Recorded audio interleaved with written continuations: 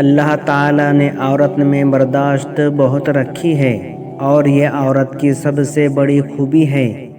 برداشت مرد بھی کرتا ہے مگر زیادہ تر گھر صرف عورت کی برداشت کی وجہ سے بسے ہوئے ہوتے ہیں۔ عورت کو محبت ہونے میں بہت دیر لگتی ہے، پتہ ہے کیوں؟ کیونکہ وہ وفا کو پہلے اور محبت کو بعد میں رکھتی ہے، اور وفا کرنا محبت کرنے سے ذرا مشکل ہوتا ہے۔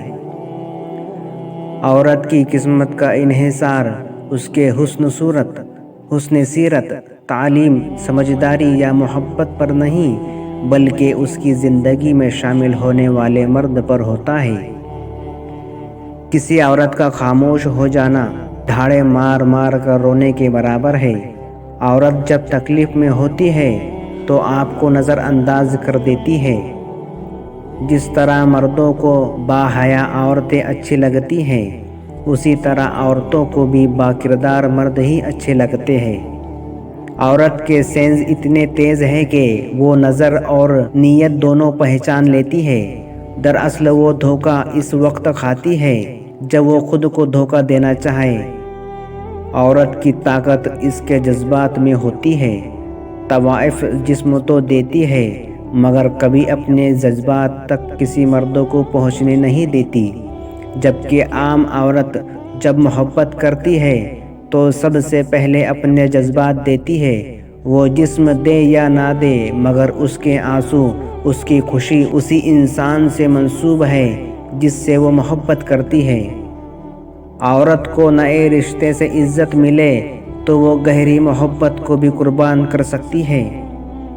عورت بھی بڑی بے بس ہے، کوئی اس پر انتظار ٹھوستا نہیں لیکن اس کی روح میں انتظار ہے۔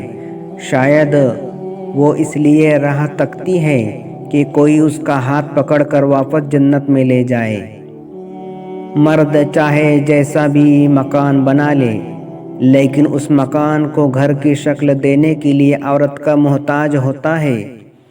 عورت گھر چلانے کے لیے بھی کما لے لیکن اس کی کمائی میں مرد جیسی برکت نہیں۔ جب مرد اس عورت ایک دوسرے کے بغیر ناممکن ہے تو پھر ایک دوسرے کی قدر بھی کرنی چاہیے۔ شریف عورت جس سے ایک بار جڑ جائے بس پھر وہیں اس کا سب کچھ ہوتا ہے۔ کسی اور کے سائے کا تو سوال ہی پیدا نہیں ہوتا۔ جان دے دیں گی لیکن شرک کا خیال تک نہ لائیں گی۔ مرد کو خوش کرنے کے لیے کیا کیا کرتی ہے؟ عورت اندر بدل دیتی ہے، باہر بدل دیتی ہے، دل بدل دیتی ہے، وجود بدل دیتی ہے۔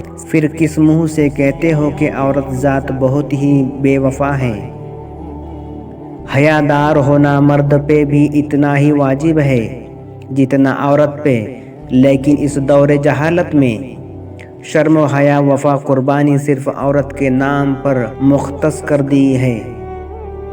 اتنی نازک ہوتی ہے لڑکیاں، پسند کا سوٹ نہ ملے تو عید نہیں مناتی مگر ایک ناپسندیدہ انسان کے ساتھ چپ چاپ پوری زندگی گزار دیتی ہے۔ نیک عورت جس گھر میں ہو وہ گھر جنت ہے۔ جس گھر میں عورت دکھی رہتی ہے وہ گھر تباہ ہو جاتا ہے۔ عورت کو کمزور کہنا اس کی توہین ہے۔ اچھی عادت کی مالک، نیک اور پارزہ عورت کسی فقیر کے گھر میں بھی ہو تو اسے بادشاہ بنا دیتی ہے۔ کمزور سے کمزور عورت بھی طاقتور ہو جاتی ہے جب اسے عزت دینے والے مرد کا ساتھ مل جاتا ہے۔ وہ جھوپڑی جہاں عورت مسکراتی ہے اس عالیشان محل سے بہتر ہے جہاں عورت روتی ہے۔ عورت کی اس سے زیادہ عزت کیا ہو سکتی ہے کہ قدرت نے اس کی عزت کی حفاظت کے لیے 4 سیکورٹی گارڈ رکھے ہیں، باپ، بھائی، خاوند، بیٹا۔ یہ مرد کا المیہ ہے کہ وہ عورت سے ہمیشہ محبت کرنا چاہتا ہے لیکن پرکشش اس کے لیے صرف حسن ہوتا ہے جو ہمیشہ نہیں رہتا۔